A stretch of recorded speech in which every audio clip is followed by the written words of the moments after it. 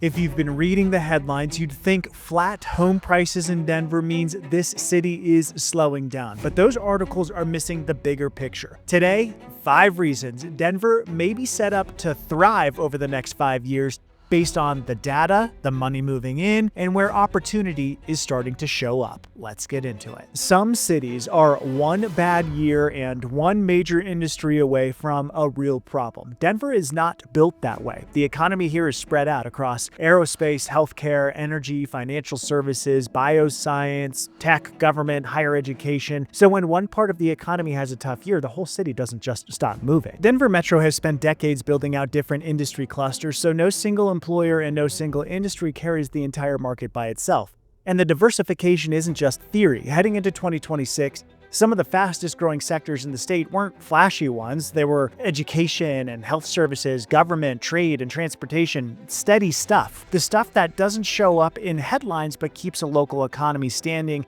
when other sectors may wobble. Now, the aerospace sector deserves its own moment because I don't think Denver gets enough credit for this. Metro Denver consistently ranks among the top metros in the country for private aerospace employment concentration.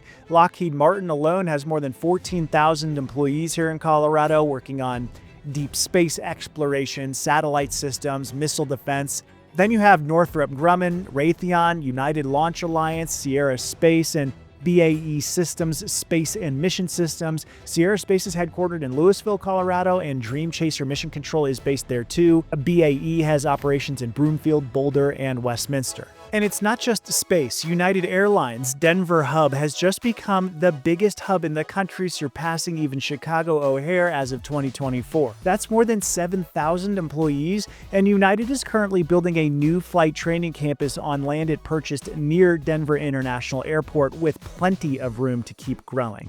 This is not some small side industry. This is a serious part of the Denver economy. And when we get to reason number 5, I'll show you why a strong job base paired with a more balanced housing market can create a window that doesn't stay open forever. Now, for you as a potential buyer or homeowner, this kind of job base gives Denver something a lot of metros don't have. Shock absorbers. When one industry hits a rough patch, the others help hold the floor on housing demand, and employment is only part of the foundation. The next part is who is living and working here right now. People tend to assume Denver's housing demand depends on people moving here from somewhere else. The largest slice of the workforce in Metro Denver is people in their late 20s through their mid-40s, with the next generation coming right behind them. So the city is full of people who are here building careers and outgrowing their first apartment or their first home. Think about the condo buyer from 4 years ago who's now looking for a yard, or the couple who bought a townhome and just had their second kid. That's internal demand, and it runs on its own cycle, and it's not slowing down anytime soon. State demographers project Denver's birth rate will keep outpacing its death rate until 2053. This city is built to keep growing itself, regardless of what happens with people moving in from other states. Colorado also ranks near the top of the country for the share of residents with a college degree or higher, so you have a well-educated, well-employed workforce that keeps moving through the housing market, even when relocation from other states slows down. Here's why that matters right now. Denver is a 3 million person metro. Even in a quieter market, a fraction of that population moving up, downsizing, or relocating within the metro is still a massive number of transactions. That demand doesn't disappear when headlines call the market slow.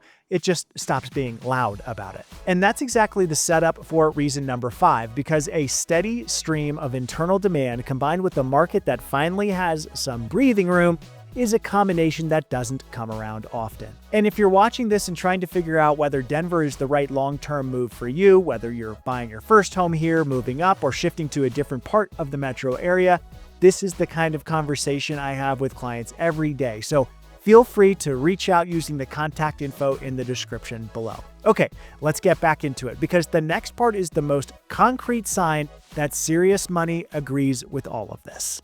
If you want to know what a city believes about its own future, you should watch where the private money goes. Right now, private capital is making long-term bets in Denver that only make sense if this metro still has real demand in the 2030s. Starting with Cherry Creek West, 13 acres directly across from the very nice and luxurious Cherry Creek Shopping Center, and it's in active demolition. We're talking about a roughly $1 billion redevelopment with around 825 residences, think luxury apartments and condos, 600,000 square feet of office space with some of the premier employers across the country fighting to get into this area, 100,000 square feet of retail, and 4 acres of open space.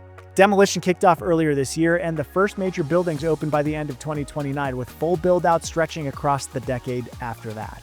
So keep that timing in the back of your mind, because when we get to reason number 5, I'll show you why today's entry point matters more than most people realize. Now, going south, Ridgegate in Lone Tree is a 3,500-acre development with a long-term vision for around 30,000 residents and 50,000 jobs.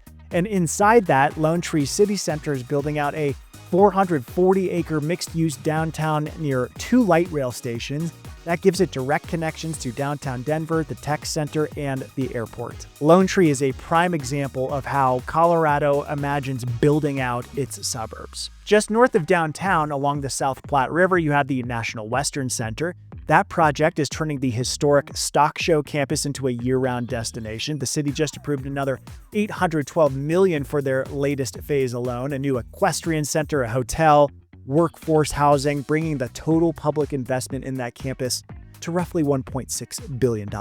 And developers making commitments that stretch into the early 2030s are not betting on one good spring market. They're betting on Denver's next decade. But of course, a development pipeline doesn't tell you what it feels like to live here day to day, so that's the next part of it. And it's one of the biggest reasons people stay. You can ski or tackle a hike on a Wednesday morning, drive back to the Denver area, and still make your afternoon meetings.